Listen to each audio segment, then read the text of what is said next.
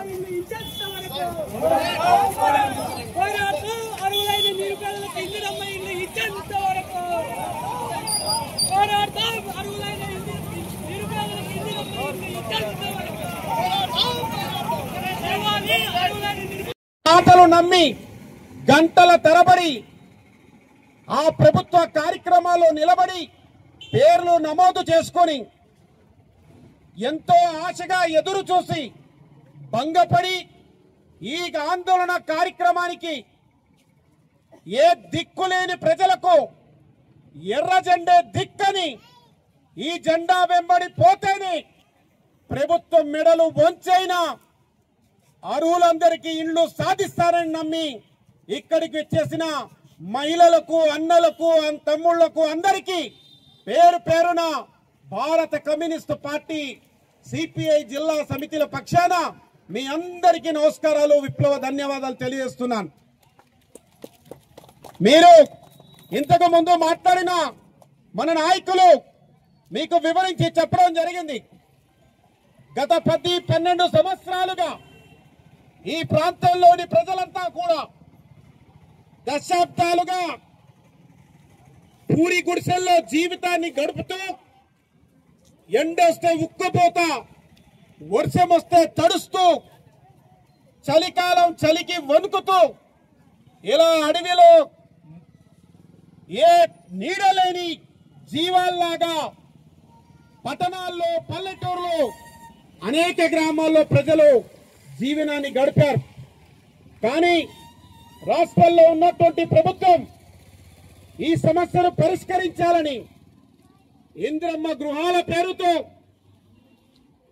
ఇల్లు లేని నిరుపేదలందరినీ గుర్తించి ఒక్కొక్క లబ్ధిదారునికి 5 లక్షల చొప్పున మేము ఇస్తాం, మీరు ఇండ్లని నిర్మించుకోండి, మేమే మీ దగ్గరకు వస్తాం, ఎవరైతే నిజమైన లబ్ధిదారులు ఉన్నారో వాళ్ళందరికీ ప్రభుత్వమే గుర్తించి ఇళ్ళు ఇస్తుందని వారు పేరునడం జరిగింది.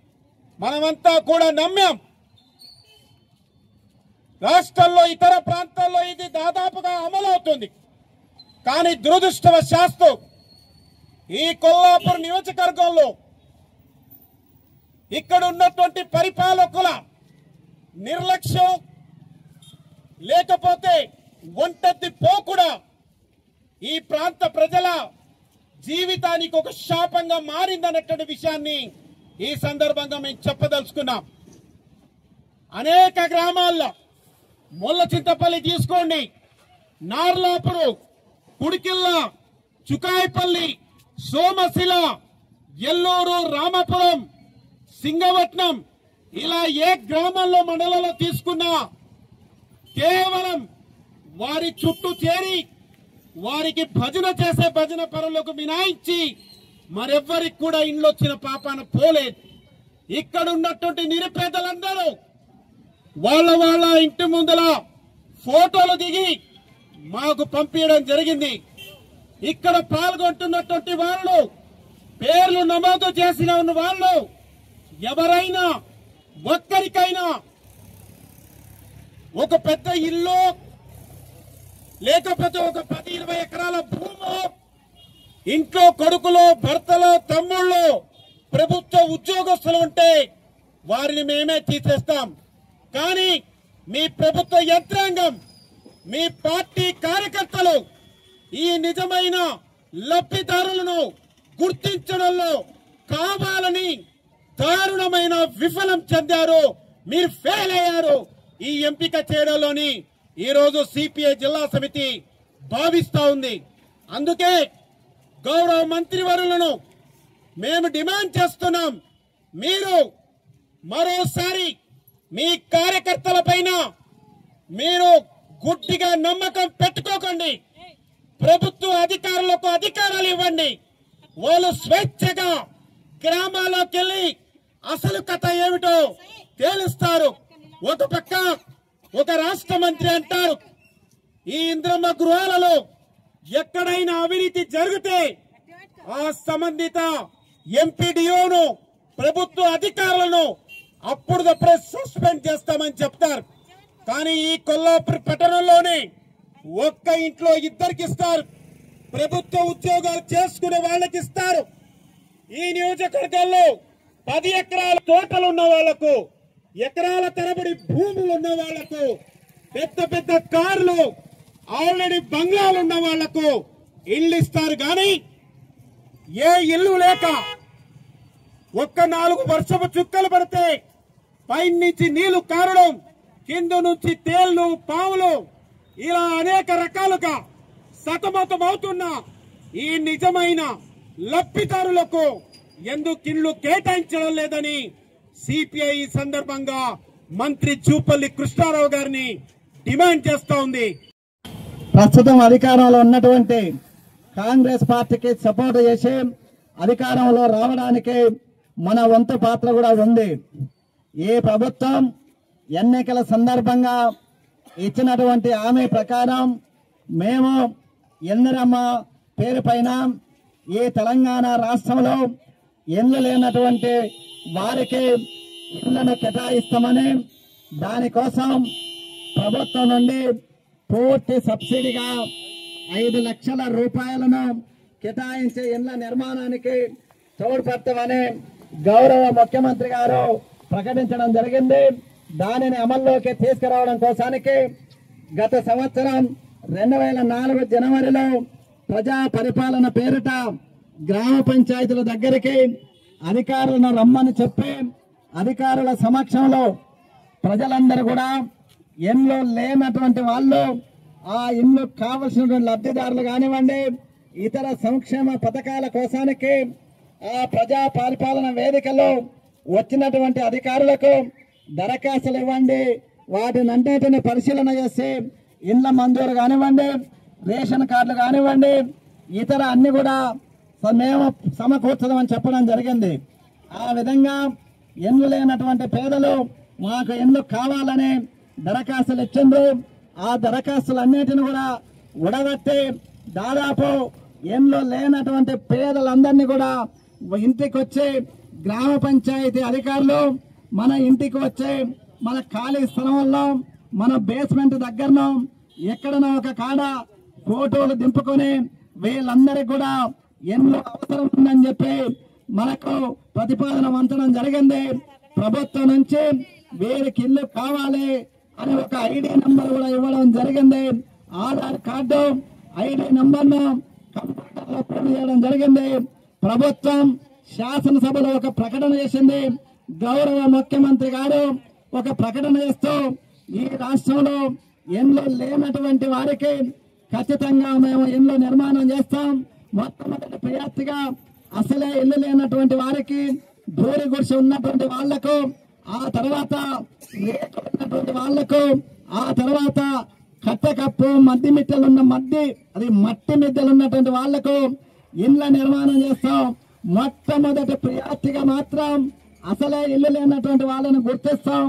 ఆ తర్వాత పూరి గుడిసె ఉన్నటువంటి వాళ్లకు ఇస్తామని శాసనసభలో ప్రకటన చేసి ప్రభుత్వం జీవోలను విడుదల చేయడం జరిగింది.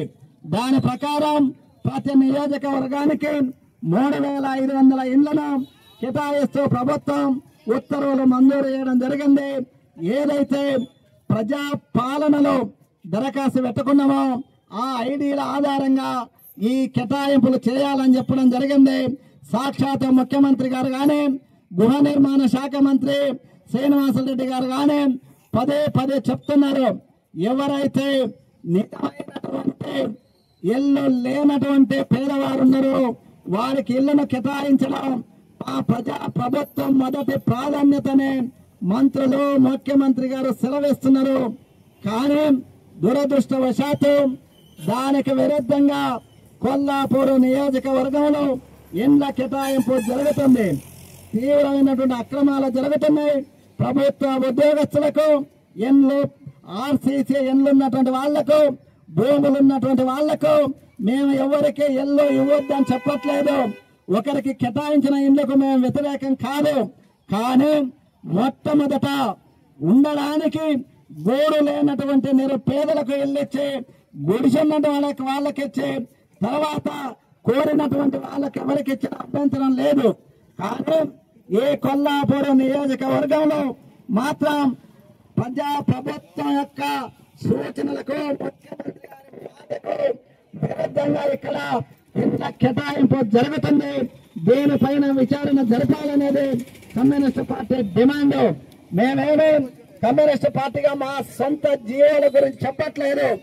ఈ రాష్ట్ర ముఖ్యమంత్రి గారు, ఈ రాష్ట్ర ప్రభుత్వం ఏదైతే జీవోలను విడుదల చేసిందో ఆ జీవోలను అమలు చేయాలని మాత్రమే కమ్యూనిస్ట్ పార్టీ డిమాండ్ చేస్తుంది. నిజంగా ఈ యొక్క లబ్ధిదారులను విచారణ జరిపించేటువంటి అధికారులు దాన్ని మరిచి ఎవరైతే అధికారం చెలాయిస్తున్నారో ఆ నాయకులకు తలొగ్గి దాని ఏది మన ప్రభుత్వ జీవోలకు తోట్లు పడుస్తూ లబ్ధిదారుల ఎన్నిక జరుగుతుంది. దీనిపైన విచారణ జరిపించాలి.